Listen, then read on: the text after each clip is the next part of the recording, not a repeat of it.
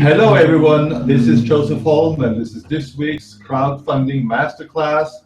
We have with us today Alon Goren, the co-founder of the Crowdinvest Summit, and crowdfunding consultant and expert Eli Regalado. I'm going to have both guys introduce themselves real quick, and then we're off to an hour of answering your questions, because this is what this is all about.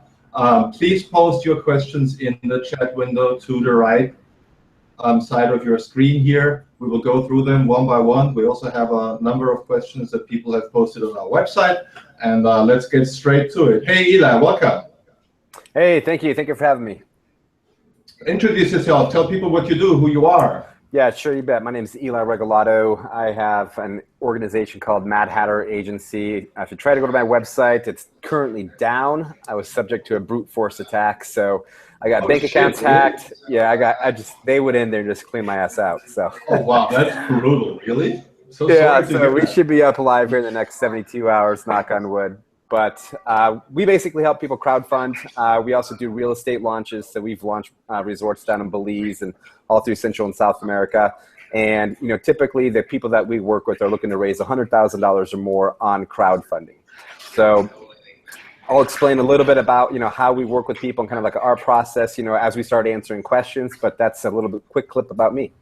Cool. Just real quick for a better understanding, are you focused on rewards crowdfunding or equity crowdfunding? We are only focused on rewards. Only focused on rewards. Awesome. All right. Hey, Alon, welcome back. Thanks for having me again. My name's Alon Goren, if you guys aren't familiar with me, but by now, if you're following Josef, you probably had I was going to say something inappropriate. You've had a lot of me. But anyway, I'm one of the co-founders with Josef of Crowdinvest Summit. We are doing a big equity crowdfunding event at the end of the year, December 7th and 8th at the LA Convention Center. And we would love to have you there. It's going to be the biggest equity crowdfunding event that ever was. So be there. It's going to be huge. Robert Herjavec from Shark Tank is speaking. We have Barbara Corcoran Ventures will be there doing a pitch panel for some of the companies presenting there. It's going to be huge. Go to crowdinvestsummit.com. Use the promo code webinar20 and you'll get 20% off. So be there. That's awesome. That's awesome. Cool. Well, let's get started. Again, please post your questions in the Q&A window here to the right side, and let's get going with the first question from Jack, who wants to know. Well, he says most of the pledge funding seems to be about 10K, so that's not enough for helping a business to go well. Thus, is it more important to focus on the marketing rather than the funding? I read an article that 100K is not even enough. That's an interesting question. I guess he wants to know whether or not crowdfunding is better for marketing purposes or fundraising if the average campaign raises around $10,000. I guess for some people $10,000 is enough. What's the average of the campaigns that you work with in terms of funds raised, and how much emphasis do you put on the marketing and the audience growth side of things, Eli? Yeah, so that $10,000 number is a little skewed. So let's just kind of take that into perspective, guys. So that's the average raised on usually Kickstarter, Indiegogo. So that's every Tom, Dick, and Harry looking to raise $500 for their school play, and that's every multi-million-dollar campaign that's raised money for coolers and earbuds and everything else. Okay, so that average isn't necessarily an average when you look at it and start slicing and dicing it. Okay. So for businesses, it's usually in the tens of thousands of dollars. Okay, so when we work with campaigns, it's typically people looking to raise $100,000 or more, and yeah, marketing is really just a huge piece of it. And at the end of the day, guys, if you just take the word crowdfunding out of the equation, all this is a product launch. Okay. So you're doing, a pre-launch, you're driving traffic to a web page, you're getting leads, you're warming those leads up, you come out to a launch.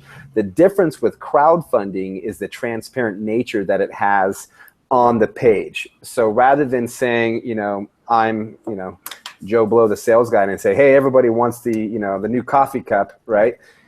you as a consumer can actually see how many people have bought the coffee cup and for what dollar amounts, right? So it just really takes a lot of the BS artists out of the equation, and it's very hyper transparent. That's either good or it's bad. If you have a good product and that people want it, you're going to see right away that this thing's taken off. If you don't, it's going to be a really good indication that, you know, this isn't something that maybe needs to go any further. Right, right. That's a very good answer. Thanks. Alon, do you want to add something to this one? No, I think that's a great way of looking at it. You have to think about this from a few perspectives. If money is the main objective, then you need to. Sorry, I'm hearing myself in an echo, so I'm being all self-conscious and weird. So, but if money is the main objective, remember that it's going to cost you money to do the campaign. And if that's the case, then you're going to have to think about, you know, how much money you need after the campaign is done and how much money you're going to have after the perks and everything else is fulfilled. So remember that all of the money that you get is not necessarily money raised, it's revenue earned. So when a company gets revenue in the door, 100% of it doesn't go into the owner's pockets.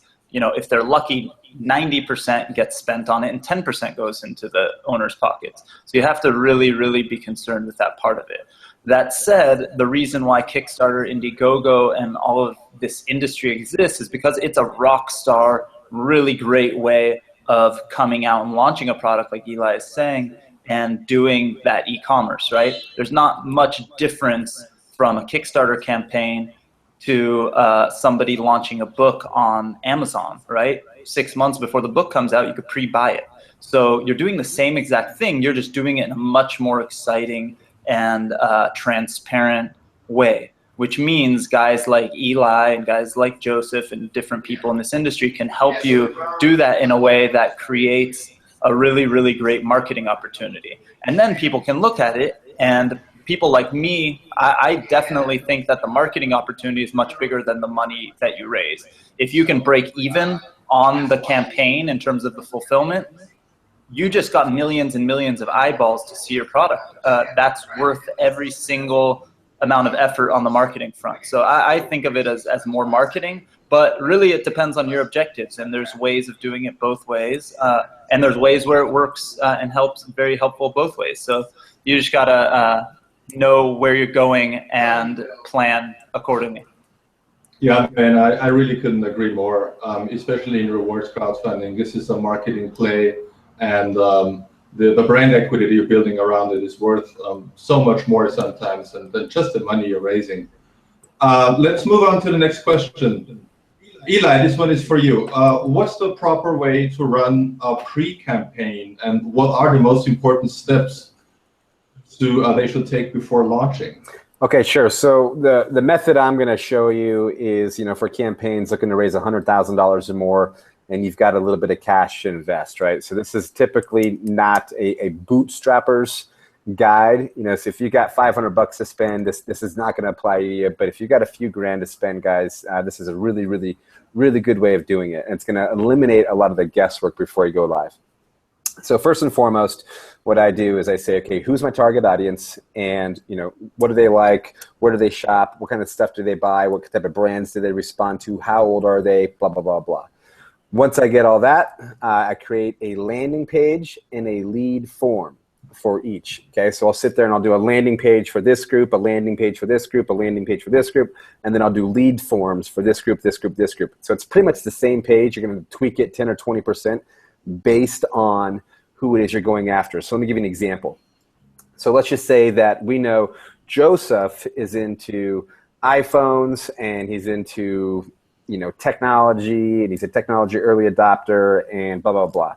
And Alon is into Androids. He's got all the same characteristics, but it's going to just be totally different, because rather than using iPhone language and kind of like iPhone type imagery, we're going to use Android language and Android type imagery. And the reason we want to differentiate those crowds, guys, is so we can really get detailed on who our early adopter is. Okay, so crowdfunding is about early adopters. And if you think about it this way, you are telling people, hey, I'm going to give you this thing in a month, 2 months, 3 months, 4 months, 6 months. Okay, so we're not going after the masses here. We're going after that 10% of early adopters that are willing to give you money and wait to get their product. Okay, so that's when we be very, very specific. So once we get those things set up, we run some ads, we run some messaging tests, and we drive people to these landing pages, and we're going to see which one converts best. So I'm going to look at age group, I'm going to look at age group, gender, I'm going to look at location, like where these people are at in the world, and then I'm going to use that to take it one step further and start optimizing my ads and my landing pages. And after about 2 or 3 weeks of doing this, I get a really crisp, clean picture on who it is my target market is. So the metrics I look at are a couple things. What is my click-through rate? So click-through. So if I show this ad to 100 people, how many people are clicking and going through it? My bare ass minimum is 3%. I typically like to be around 5% or higher. I've done some resorts the past where I've had like a 15% click-through rate, just blowing this thing out of the water. But 3% is the bare minimum, guys. And then that landing page needs to convert at least at 25%. So for every 100 people you send to this landing page, if you're not getting 25 people to give you an email address, your message is off. So either your market's off, your message is off. It's one of those two. Okay. So let me give you a quick little formula so you can kind of troubleshoot these things if they're not working. If I'm getting a 10% click-through rate and I'm getting a 5% opt-in rate, I know my landing page is off. The top of my funnel is good. I'm getting people say, yes, tell me more, but they're getting to the landing page and they're dropping off. So I need to fix my landing page. If I'm getting a... Hey, Eli, can I interrupt? Yep. So could it be that your messaging is off? Not to throw a monkey wrench into all of this, sure. Right? Let's get a little ingrained into it. But like, so if 10% of the people are clicking, maybe your messaging is off so that when they get to your landing page, they're seeing something different than what they clicked on, right? So could it be that so I like to, for example, when I'm paying for ads, make it so that 99% of people will not click on that. Not because I'm looking for a specific number, but I'm just throwing out numbers. I want the majority of people to not click on something if I'm going to be charging them, right? So I don't want to pay for that traffic if it's not qualified, right? So like I will put a price in an ad to basically go, oh, my name's Alon and I love what's going on right there. Oh, but it's gonna cost me $100. I'm never gonna pay that, so I won't click on that ad. So like I sometimes like to get a maybe potential lower conversion rate on that part of it. On the click-through? On the click-through, because I don't wanna pay for that traffic. I'd rather pay more for more qualified traffic than pay less for just millions of people who aren't going to spend a dime. Can you talk a little about that? And I've done it both ways, right? So at the end of the day, guys, I mean, so everything that we tell you always has to be tested, right? I mean, so everyone always wants like the magic silver bullet. And I've literally done the exact same campaign. I've sent traffic to a lead form on Facebook, and I've sent traffic to an opt-in page. Okay, it says the same damn thing, right? No extra pictures, no extra anything. The lead form converts at 50%, the landing page converts at 15, okay? I've done that exact same test with another client, and it's flip-flopped. So test, assume nothing, test everything. But to Alon's point, yeah, exactly. So weed out as many people as you can before they even get to that page, right? And then you'll kind of see, like Facebook, I usually almost always use Facebook ads. They'll tell you like how big that group is. I typically like a group between, 500,000 or so when I'm first just testing it, and then I'm going to start scaling it from there. But yeah, so especially if I'm doing like a resort, like any type of real estate deal, I'll say starting at 180,000, or if it's like a fly and buy, we're going to bring people down to kind of check something out and have them buy something. I'm going to say couples, $799 per couple, 2 nights, 3 days, et cetera, et cetera. So yeah, weed them out on the front side, weed them out on the back side. And the big thing that I just really want to kind of hit here is you're just looking for those 10% of early adopters. Okay, so you're not looking for the people that are going to buy this off a Walmart shelf. You're looking for the Kickstarter adopters. Oh, shit. So shoot. The other thing I do, especially on crowdfunding, is if I'm going to have my raise on Kickstarter, I will always put Kickstarter as a driver, right? So they have to be in this area, they have to do this, they have to do that, and they have to like Kickstarter. You don't want to sit there and try to educate people on what crowdfunding is. There's enough people, and we're far enough down the pipe where there's enough people in that pot to pick out of, okay? Now, if it's really small, you can do Kickstarter or Indiegogo and crowdfunding, but typically 9 times out of 10, as long as you just select that platform, you're going to have a big enough audience to go off. Can I throw in another interruption? This is a perfect spot to give a plug to Josef for Crowdster. Yes. So if some of you aren't familiar with Crowdster that are on this, on Crowdster, you can pick a category, for example, comic books, and pick the site like Kickstarter and target specifically people who have backed Kickstarter campaigns in the comic book category. You can even choose people who have contributed to more than 20 campaigns, right? So it really, really helps you drill down and target the specific people you're looking for. And you can even target them in an automated fashion without spending money on ads in that particular case. So Eli's telling you about the Facebook spend money, which is totally worth doing, and you definitely should be doing if you're doing a big campaign, especially using a firm like Eli's. But you also can be doing it in an automated fashion using Crowdster through the Twitter marketing, which is really, really cool to target really specifically, not just people who are into your product, but people who know what crowdfunding is and love to support these types of campaigns. Super important. That's a good point, Eli. Yeah, cool. Thanks for the plug, man. Hey, Eli, I wanted to ask you something. So say Sure. I want to raise $100,000 and I come to you and your strategy makes sense. And you're talking about landing pages and essentially building an email list, right? This is what this is all about. Right. What's a realistic budget? So I want to raise $100,000 for my movie. How much will I have to spend on Facebook ads to build a big enough email list to actually make that happen? Well, so typically, okay, so a couple. I know it's a tough question, but that's what people really want to know. Yeah, it's not necessarily tough. It always just depends, right? So let's just say that I mean, a movie. Just so we're clear, I hate doing movies. I've done a couple of them, and I'd rather hang myself than do another one, right? So anything that's not a product, I just don't even get involved with anymore, right? So let's just say it's an iPhone case, and it does something, okay? So typically, a $100,000 campaign, we can probably get by with like 1,500, like eke it by, and make the rest up in PR. Or, if it's something kind of like, if this is like the 5th iPhone case that does the same thing that everyone else does, but it's a different color, it has one small minor variation, I'd say you're probably going to have to spend between $3,000 to $5,000 in ads. Okay, if it's a unicorn, so I mean, the best products, guys, are ones that they're just it sets a precedent, right? So it's something that hasn't been seen before, or it's a combination of features that have never been assembled before. And that story is very, very easy to sell and pitch in the ads as well as PR.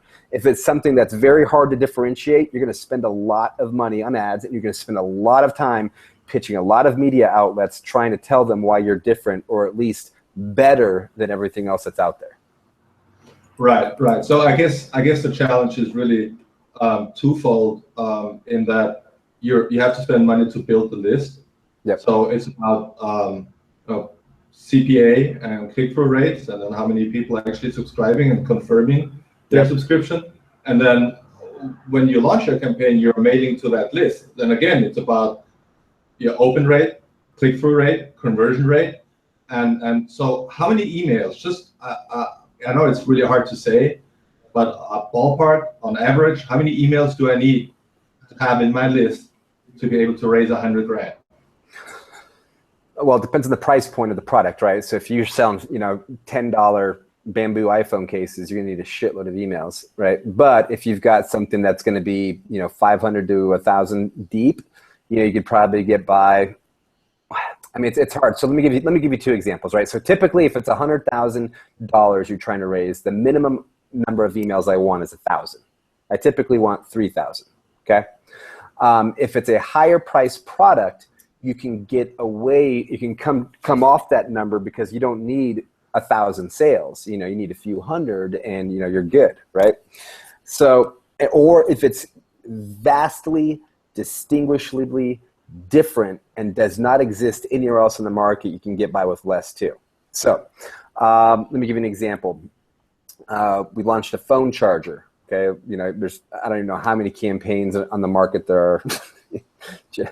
Dozens of these things. Okay, I had 1,600 emails when we launched. Right, raised like $300,000. Okay, and how we positioned it was it was really it was faster than everything else, even if it was only by a couple nanoseconds. Right, so we were able to say it was the fastest charger. You always got to have a hook for something. Okay, it can't just be a charger. This isn't Amazon. This has to be better or different than everything else that's out there. But if it's something that doesn't exist, so let me show you this thing. All right, you see this? This little roost stand. So this is like one of their first prototypes. So, and it's like a little stand that you can set your little laptop on, so you're not having to sit there and type all over. You can just have it up in front of you. Couple hundred emails. They raised $190,000. Okay. So if it doesn't exist currently and it's something that solves and fixes a big problem, less. If it's something that's kind of run-of-the-mill and you're having a hard time differentiating it, more. Okay, and so you're going to sit there as a marketer and business owner and try to sit there and kind of just even those things out. I'm going to throw in that if you are the owner and founder and creator of a product, you think that your product is the most innovative and amazing thing in the whole world, hit up some people that you trust to be real with you and not bullshit you, and ask them what they think the difference is. And if they can't figure it out, then take Eli's advice to the core and really step it up, because you have to differentiate yourself. And everyone thinks that they have the new, best, big, exciting thing, but you've got to pre-qualify that. Yep. So one of the things too, if you guys, sometimes people just don't have, or maybe are afraid to kind of show it to people and blah, blah, blah, use Reddit, right? So the cool thing with Reddit is, the front page of the internet, people are not afraid to just tear the living snot out of your product and tell you exactly why it sucks. They will just rip it up, rip it down one way and the other, right? But if they like it, they'll do the exact opposite, and they'll tell you why they love it, okay? So when you're starting to do some early product market validation or product market fit, I always throw things on Reddit. And the cool thing with Reddit too is, it's anonymous, right? So you just have a little screen handle. So throw it on there, and it's a good way to kind of get people to tell you what they That's a really good idea to actually do before you launch your campaign, right? And absolutely. Any problems before the clock's ticking. Yep. Yeah, and that's the thing. I mean, because if you guys just do a good pre-launch, a pre-launch is just to do one thing. You have an hypothesis that these are the people that like it and they're going to give you money. Okay, then you test that with ads or with Crowdster, getting people to a landing page to see if they're going to convert. In the sense, they're going to give you an email address. Okay, and if you're not converting on the pre-launch, guys, and you're not getting any interest, no comments or anything, chances are that is going to carry through to the campaign with you. So if it's a very quiet pre-launch, it is going to be a very quiet crowdfunding launch. Very true, very true. I mean, it's all in the pre-campaign. We keep preaching this every other week. We sit here and we tell people that you need to be ready. Once you click that launch button and you don't have your ducks in a row, then it's going to be a real uphill battle. And one of the things that we always talk about here is the importance of raising the first 30% really fast. In the first, some people say 48 hours, 24 hours, 72 hours, it doesn't really matter, as soon as possible. And this is kind of my segue into the next question, which is how much of the crowdfunding raise should be expected to come from friends and family, and how much from strangers? Is there a rule of thumb that works well for your campaigns, Eli? I mean, it's all dependent on the network, right? So, yeah, I mean, so there's one tool I use on every single campaign called Green Inbox. So it allows you to send a direct message to every single one of your Facebook friends via email. So that's a really good tool. And every time that we've done that, we've always, brought in at least a few $1,000 from friends and family of the founders. So those are the people, your internal networks are usually the first money in, right? They might not want the iPhone case. They might not want the, let's see, the growler chiller, right? But they want to support you and they want to help you succeed, and so they're going to sit there and back you, right? So typically, I mean, I've had campaigns where 20% of it, comes from friends and family. I've had campaigns where a couple $100 comes from friends and family. So at the end of the day, it's really all about the product. And if you have a good product that can kind of stand on its own 2 feet, it's not necessarily that big of an issue. If you have a product that's really hard to differentiate or it's been done a million times, it becomes a little bit more important. Right. Yeah. Makes a lot of sense. I mean, at the end of the day, it's all about driving eyeballs to the page and converting it. Alon, let me move in. I'm reading here. I'm sorry. I'm reading the next question as I'm talking. Is the crowdfunding market cooling down? Tanya is asking. There are, a few lawsuits around failed campaigns like Cooler doing so well. I saw the question. So sorry, I'm gonna mess with my ears. So I don't think so. I think that there is some hype that's cooled down, so it's a little tougher to maybe get some press and PR unless you differentiate yourself, unless you find the angle, unless you really get that 30% up front and really do your homework and do it right. So on that sense, it's noisy. But I don't think it's cooling down from a supporter's perspective, because at the end of the game, you have to think of it as marketing, as pre-sales, as launching your company. And you shouldn't be focused as much on if crowdfunding is dying down or cooling down. I would think of it more as, is your specific industry ready for your product, right? So I'm looking at your question, Tanya, and it looks like you're talking about Coolest Cooler and UKEG, and then your company is called Growler Chill. I didn't look it up yet, but I'm assuming it's some kind of cooler, and it's for cooling growlers. And if you are paying attention, the biggest crowdfunding campaigns, at least on the equity side right now, are actually breweries. So I would assume that my approach to that would be, one, if the product is good and you can get breweries on board to support your product because they're the ones selling everybody growlers, you could go and basically make partnerships with the people who are launching the biggest crowdfunding campaigns that are out there right now. And if you could get, BrewDog to support your product and share it to their email list, who, one, know what crowdfunding is, and two, fucking love beer, then you win, right? So I wouldn't look at it as crowdfunding cooling down. Maybe it is in some ways. Like, it might be harder for me to raise money for a company that's a crowdfunding company, but probably not for somebody who's wanting to launch a product on a crowdfunding campaign. I totally agree, man. I think the statistic right now says, I'm not sure, I read this a while ago, only 5% of the American population knows what Kickstarter or Indiegogo or crowdfunding is.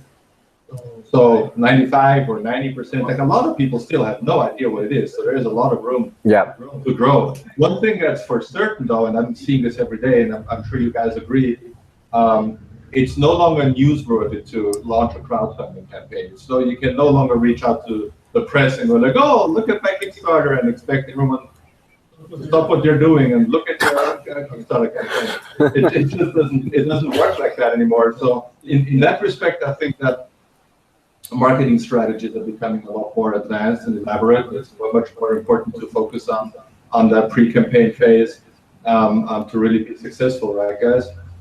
Yeah. I mean, at the end of the day, what I tell every client is, like, no one cares about your campaign. Unfortunately, yeah. They don't, and they don't care about you, and they don't care about your product.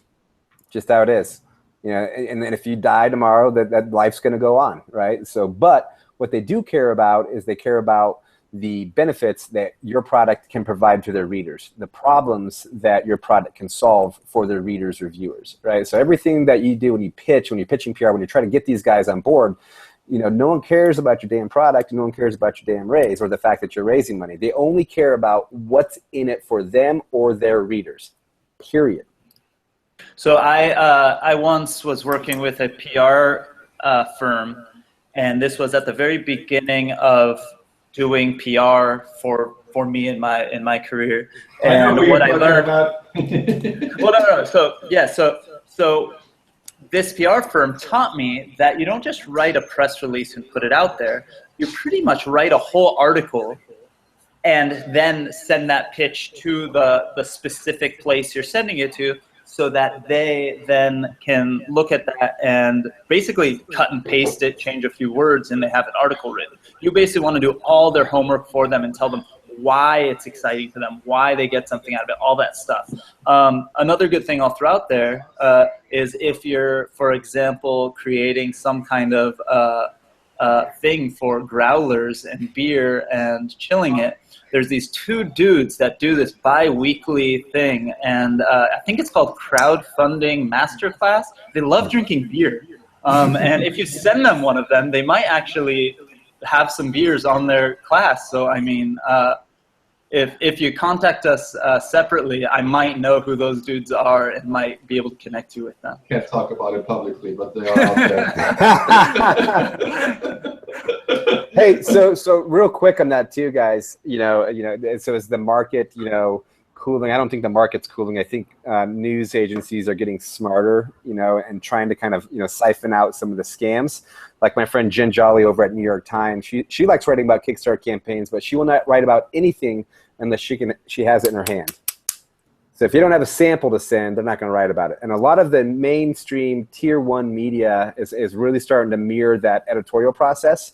So samples cure a multitude of sins, guys, and it's going to really set you apart above everyone else. Now, I know a lot of you guys are bootstrapping, and that's just not necessarily, you don't have that available, so you're going to have to do blogs, you have to really kind of grow it organically. But if you're in a position where this is like an actual business and you've got some funds to invest and you can send samples, just know that that is going to get you a lot more press than trying not to. Especially when it's beer. Yeah, the two easiest things to sell online are, alcohol and sex. So, you've got one of them covered. So, yeah, I was trying to prove a point and teach a lesson with what I was saying. I wasn't, trying to get free beer or anything like that. But if you're offering. That's a great point. So that's a great point. I had a friend who did the that I think it was called Hercules.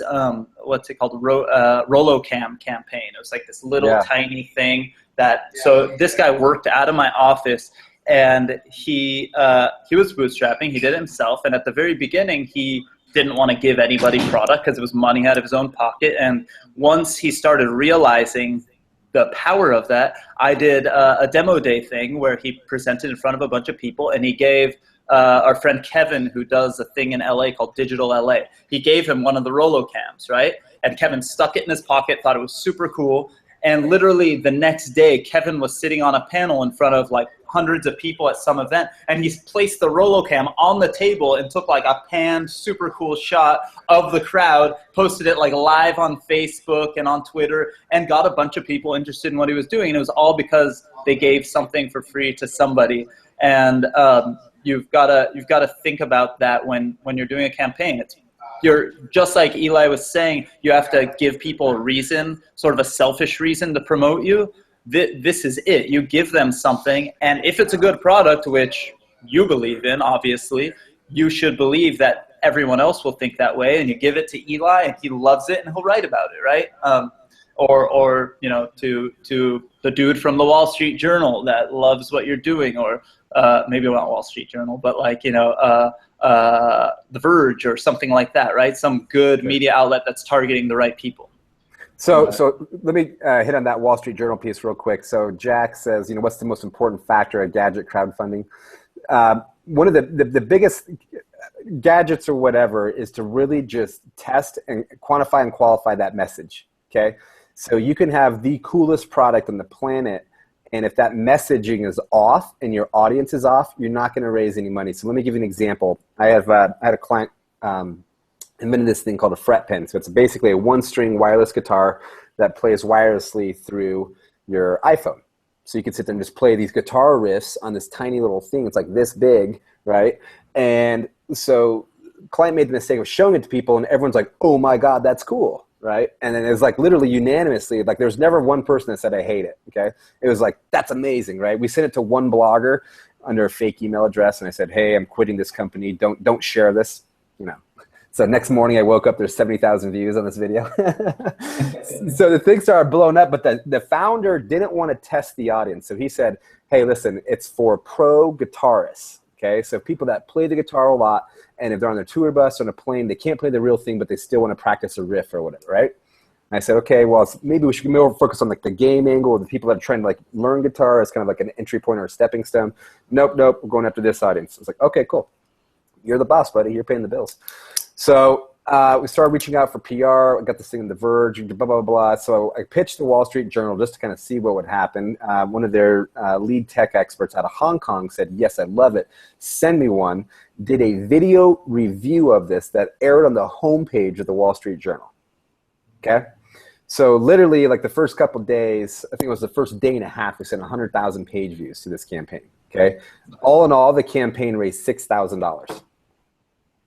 Product market fit was off, right? They're marketing to a pro guitarist. They don't want it. They think it's a toy. They think it's a piece of junk. Every single backer that actually did back it, when I surveyed them, none of them knew how to play the guitar. Huh. So make sure that product market fit and that messaging is right. And how does pricing fit into that? Yeah, I mean, it was, so price was a non-issue. I mean, it was, you know, for early birds, it was under $100. You know, and so when we asked them about price, you know, before we even went into this, you know, we said, you know, what would you be willing to pay for this? People were saying 300. We were less. We were half that without an early bird price. So, this actually ties into another question that I overlooked before from Adrian. You know, there are a bunch of websites out there that allow you to give discounts to backers. Do you work with discounts and rewards, and how important are they? Do they work? Do they not work?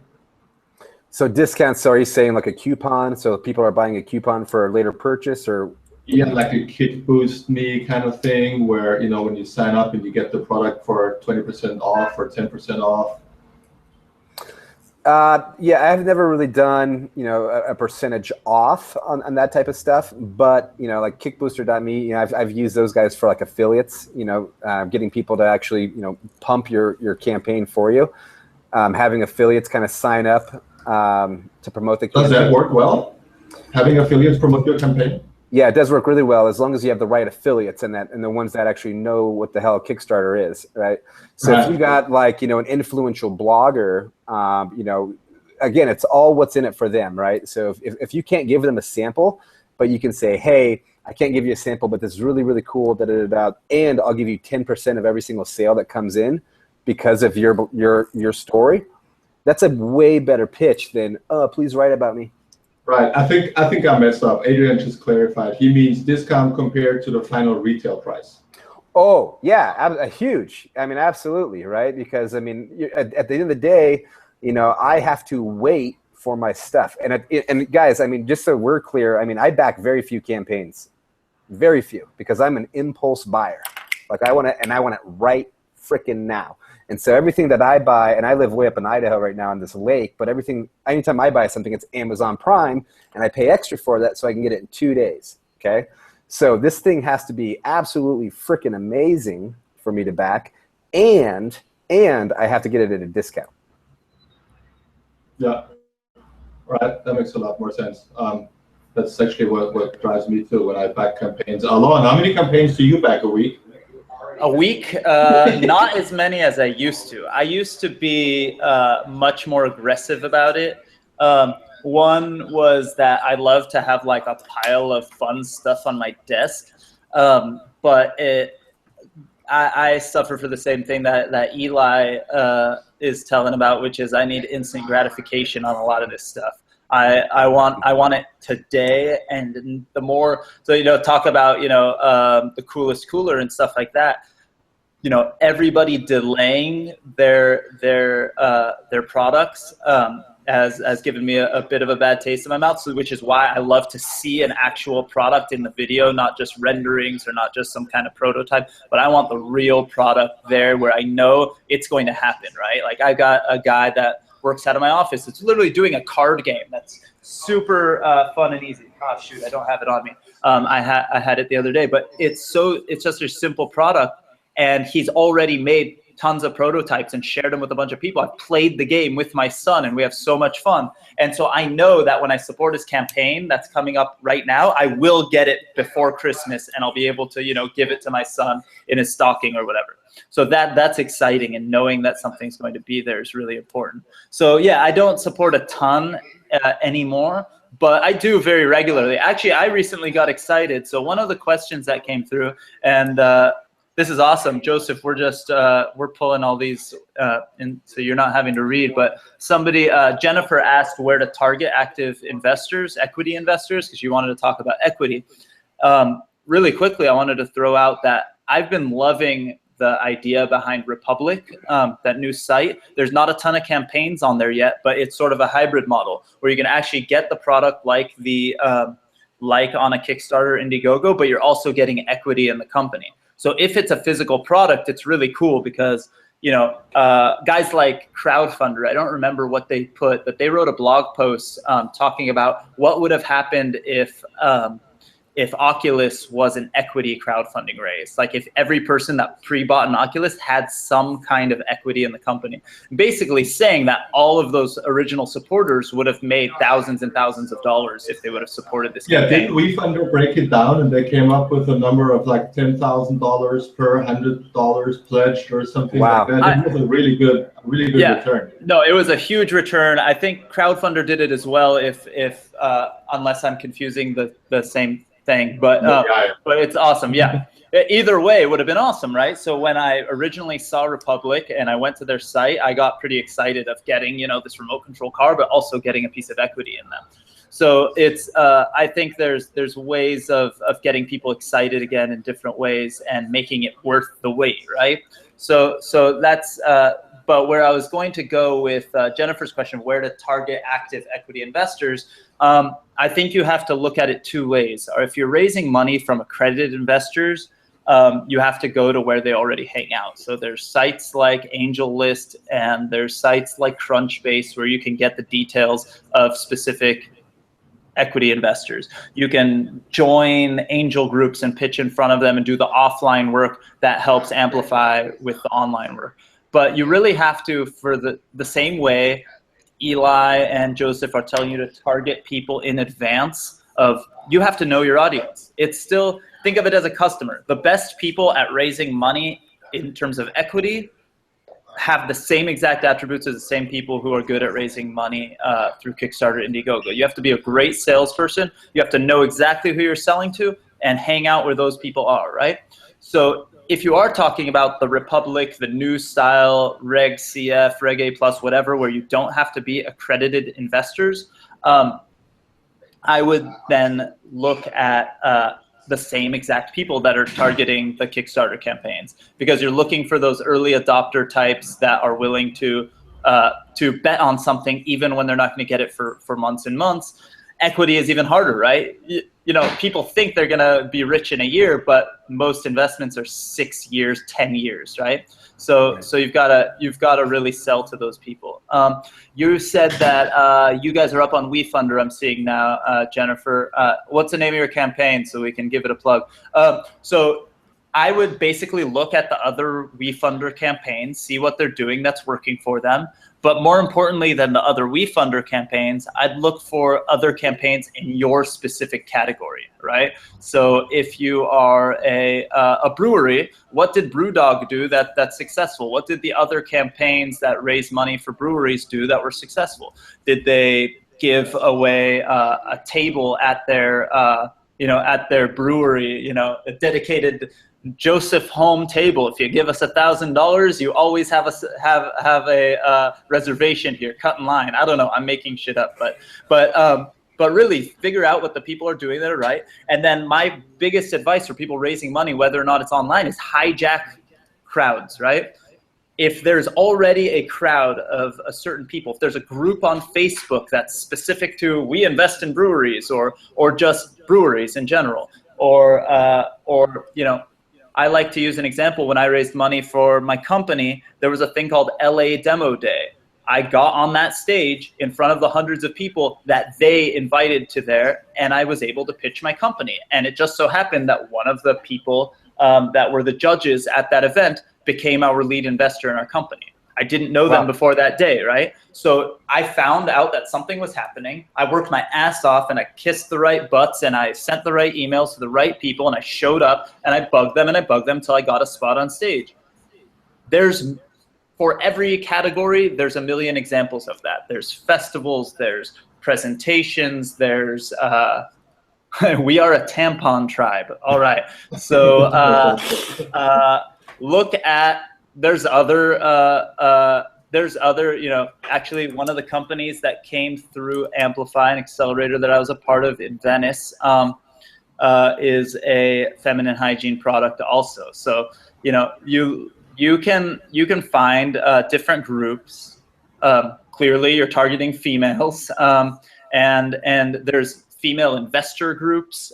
There's all sorts of stuff, and actually, there's a lot of studies lately that show female-founded companies are actually having a higher return, right? So use that stuff to your advantage, right? Write about that and put that front and center so that when you go to meet somebody, they've already read that report and go, ooh, I want to invest in some female-backed companies, right? So use everything you can to your advantage, right? You have to sell it. So find out where those people are, what they like, what they do, and go after it. I think one thing that's really important to remember is, with the kind of crowdfunding that we're talking about here, where you'll be raising money from unaccredited investors, everyday Americans, there is really no difference, in my opinion, when it comes to marketing a regulation crowdfunding or regulation A+ campaign to marketing a Kickstarter or an Indiegogo campaign. I would imagine that the lead funnel that Eli would set up for a client are very similar. The main difference is really that you're able now to offer someone shares in your company, so when it does blow up and it becomes the next Oculus, then you can actually reward your investors properly, not just give them a T-shirt or give them whatever it is you're crowdfunding. And having said that, though, it's that there are no equity crowdfunders out there. It just doesn't exist. No one wakes up in the morning and says, "Oh, I want to put my money in an equity campaign, today." It doesn't exist. So you still need to do all the same marketing tricks that you can do and do whatever you can to reach these people. There really isn't a difference. How do you look at this, Eli? Yeah, I mean, so on equity, so we typically don't do equity crowdfunding. I just don't enjoy it as much as rewards-based crowdfunding. Why not? There's just more questions, right? So like I said, I'm an immediate gratification guy. I like people to say, wow, that's cool, bang, here's my $100, here's my $500, whatever it is, I'm in and I'm out, right? When you start dealing with equity, you got people asking more questions, it's more of a story, there's more work involved, right? So I like just doing rewards-based campaigns, and that's really all that I like doing. Having said that, on the real estate side of things, when I'm looking for real estate investors, typically what I do, guys, is I'll find out, go to, let's just say AngelList. Okay, go to AngelList. So on Facebook, when you're making your Facebook ad, say I want people that like AngelList, that like WeFunder, just list all the equity portals. Okay, bang, bang, bang, bang, bang, bang, bang. Okay, and then put in some income drivers that make at least blank a year, or that are highly likely investors, or and just build out that investor profile, and then start showing your ad to there. Do not say in the ad, invest in da, right? It's just kind of people are just kind of like, these guys don't know me, and I'm seeing this weird ad, blah, blah, blah, right? I try to make it a little bit impersonal, and I'll sit there and I'll say, the best investment opportunities are happening, south in Belize, do you know why? Someone's like, oh, no, I don't know why. Click, boom, landing page, and then you can kind of tell that story from there, right? So you don't just, the analog way, Alon was saying, is super effective because you actually get in front of people, right? But, if you guys, let's just say you live in Des Moines, Iowa. I don't have anything against Des Moines, Iowa. I just don't like it. But if you live there, sorry. But let's just say you don't have a big investment pool there. And actually they do now, but but anyway, so let's just say you live in some weird town, okay, that doesn't have a lot of that opportunity. You're gonna have to go there and kind of work your way, through these channels and network. or you focus on maybe one or two and just do some digital ads to really start surrounding and building yourself up with that crowd. And the other thing too, guys, is when you're starting to try to get people to take you seriously, write content. And if you don't like writing, do video content, right? Because the more people have FaceTime with you or hearing what you have to say about certain things, the more comfortable they feel giving you money. And I don't care if that's an agency like myself, or if it's CrowdStore or if it's whatever. If you're just trying to sell a product at face level with a 2-minute video and you're not saying anything else and there's nothing else about you on the web, it's going to be a very, very, very hard uphill climb. Yeah, it's so true, and I just want to talk about one really cool way that we have built a Crowdster that will help you to of previous Kickstarter and Indiegogo campaigns in all the different categories, which is the backer directory, which is a database of over 2.2 million previous crowdfunding backers. So you can literally go in there and say, show me all technology campaigns on Kickstarter.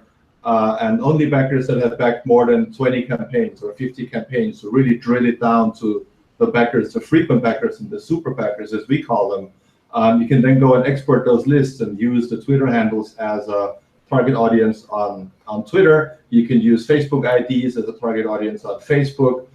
You can contact them directly on Twitter and on Facebook and other social media channels.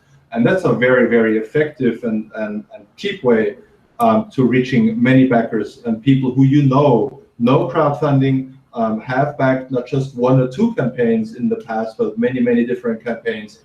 And that's a really good starting point to building an audience. Let me see. Sorry, Eli, go ahead. Yeah, no, I was just going to ask. So with that backer campaign, what's the contact method for those guys?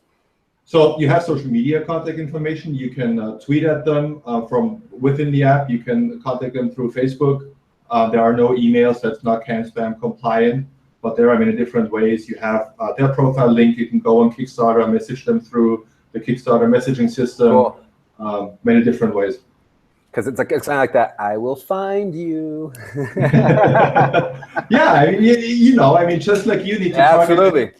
Look, this is another way of reaching people who have previously backed campaigns. So it makes a lot of sense. Yeah. Well, let's do this. So when we get off the call, I'm going to sign up with you guys. I've been meaning to do this for a while, but what I'll do for anyone listening, I'll do a step-by-step, play-by-play case study. So we're getting ready to launch a couple new projects that are right now in the pre-launch phase. So stay tuned. Fantastic. That'll be awesome. Alon, let's pick 1 or 2 more questions. We still have some time. Okay, so I got one from the chat box. I wasn't looking at the Q&A, but Eric, he was posing it towards Eli, but I'm going to start it, and Eli, I'm sure will jump in. Said, how would you structure the rewards for real estate crowdfunding campaign? Thinking of doing something for co-sharing space. So not exactly a real estate crowdfunding like we might think of it, because a lot of the real estate is currently, debt or equity stuff where you're getting some kind of return of money. I'm assuming you're doing, it says for co-sharing, so like a co-working type of space or something like that. I would pretty much take the playbook of most Kickstarter type campaigns, which is pre-selling something. If you know that you're launching, so Impact Hub in Santa Barbara, something I was involved with, they basically did a campaign, they raised some money, but they knew how much they were going to charge for an office, for a desk, for a dedicated desk versus a shared desk, all that stuff. And they basically did a campaign where they pre-sold a year's worth of it, memberships, different things like that. And actually, now that we're saying that, they might owe me a desk or something there. But talk about supporting campaigns. Now, a friend of mine was involved in starting that, so I was one of the people he hit up in advance saying, "Hey, I need that first 30% at the beginning. Will you support it when we launch it?" And I said yes. But think about it from that perspective, right? So Eric, you're going to be selling something once you do launch. Find a way to get people excited in advance and give them something in return. Maybe the first month, while you're even getting the place together, you give them access to the space for free or something. For free, right? They're supporting. So it's funny when people say, hey, for the first supporter, I'm giving a free something, which is kind of doesn't make any sense because you're charging them money. So anyway, getting into semantics, but really think about what you can offer them as a discount. Think about all the things we've talked about until now, but apply it to where you're going, right? If it's a membership, if they can drop in, if they can use a conference room, whatever that is, give them something special. Maybe the people who support the campaign in advance are more trusted, so they'll get 24-hour access to the place. Everyone else only gets between 9 and 5. I don't know. There's something you can give people that makes them feel special. Maybe they'll have a different color. I'm a part of a co-working space that I work out almost every day. I have the old original key card to get in. And they told me, like, we're not going to give anybody else any more of those key cards. And now people will sign in and get the new key cards that are a different color with an uglier picture or a different picture, whatever it is. I feel special because I got the key card that had the old logo on it or whatever. It's just make people feel special, like they're a founding member. And if it resonates with people, if they're interested in what you're doing, then they'll be stoked on that. I mean, everybody likes to feel special and be part of a special crew, right? Yeah, and I would second that. So we launched it wasn't a crowdfunding campaign. This is before my crowdfunding days, but we launched a political movement called the Coffee Party. So the day that we launched, we hit the front page of the Washington Post. We were basically the opposite of the Tea Party, and so the media just had a heyday with this thing, right? And so when we were trying to raise money, we basically made business cards that said, I'm a Coffee Party founder, right? And so for $20, you could get one of these cards. And however soon you came in, it said, member number 1, 2, 3, 4. So the faster you gave money, the lower number you got. And you could be a part of this national media sensation, okay? So anyway, that worked really well. And then the same type of thing. It doesn't have to be big, guys, because we were selling those business cards for $20. It cost us like 2 cents to make, okay? So the other piece is look at how Amex does it, American Express Black, right? There's a reason that they make those cards, because if I'm a big wig and I'm a G, and I slap that thing down in a bar, everyone's going to pay attention, right? And that bartender is going to be like, yes, sir, what can I get for you, sir? How can I help you, sir? Because they don't just give those things away. Yeah, that's so true. Hey guys, I wanna cover one more question. This is from Marcia, and she, first of all, 2 weeks ago we had some technical difficulties, and it really sucked, and her question kind of didn't get answered, and she posted it again, and it kind of goes down the same lines of what we just talked about. They are putting on a convention. They already did one in 2015, and they're doing one, or 16, and they're doing one in 2017, and they want to crowdfund the venue, the cost of the venue, $10,000, and she wants to know what's a good reward to give to backers. And obviously, in this case, also, I mean, it's great. You've already had 600 people last year, so that's amazing. Offer these 600 people a discounted ticket to the conference. Offer them discounted sponsorship deals. You offer them maybe you have a party, offer them VIP tickets to the party, and an opportunity to invite their friends or something like this. It's almost a dream come true when you think of rewards and what to offer people, because at an event there are so many possibilities for you to make them look good, put them on a pedestal, give them a booth, anything like that really works. You just have to be creative. But since you already have 600 emails from your last event, you should be doing really well. Is there anything else that I missed that we should cover, Alon? I'm gonna throw in on top of that. Just make people feel special. You had 600 people at the last event. Do something that makes them feel special at the next event. Maybe some private. You open an hour early just for them and have something for them. A party at night, whatever that is, the night before, whatever. Figure that out.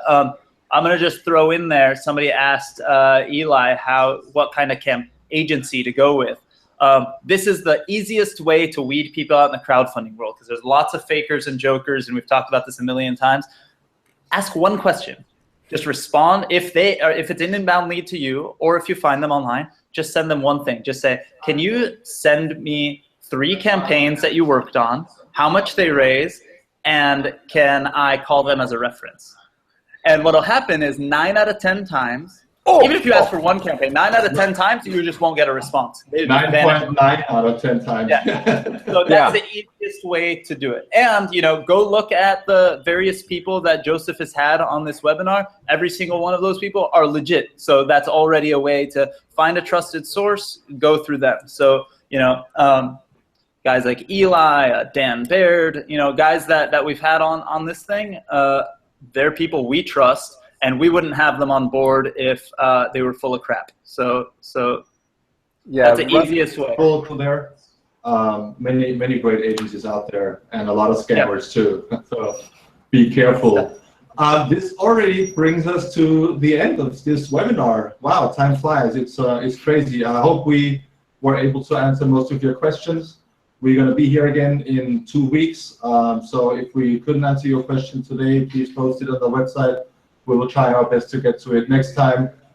Thank you guys so much, Eli and Alon. You guys rocked. This was a really fun webinar. Awesome, very educational. Even I learned something today, and that's fantastic. See you guys next week. Please follow us on YouTube, share us, and follow us on Twitter. Eli, how can people reach you and connect with you? Yeah, let me just give you my website is down for the next couple of days, but here is my email. So if one of you online is the one that hacked me, touche. Well done. And when we end the chat, it usually closes the chat. So just his email address, Eli at madhatteragency.com. Eli at madhatteragency.com. So send him all your complaints as well. All of them. I want a full list. And if you could BC Josef and Alon, that'd be great too. We would appreciate that very much. We love that. All right, guys. Thank you, everyone. Thanks, all the best with your crowdfunding campaign. See you in 2 weeks. Bye-bye. Take care. Take care, guys.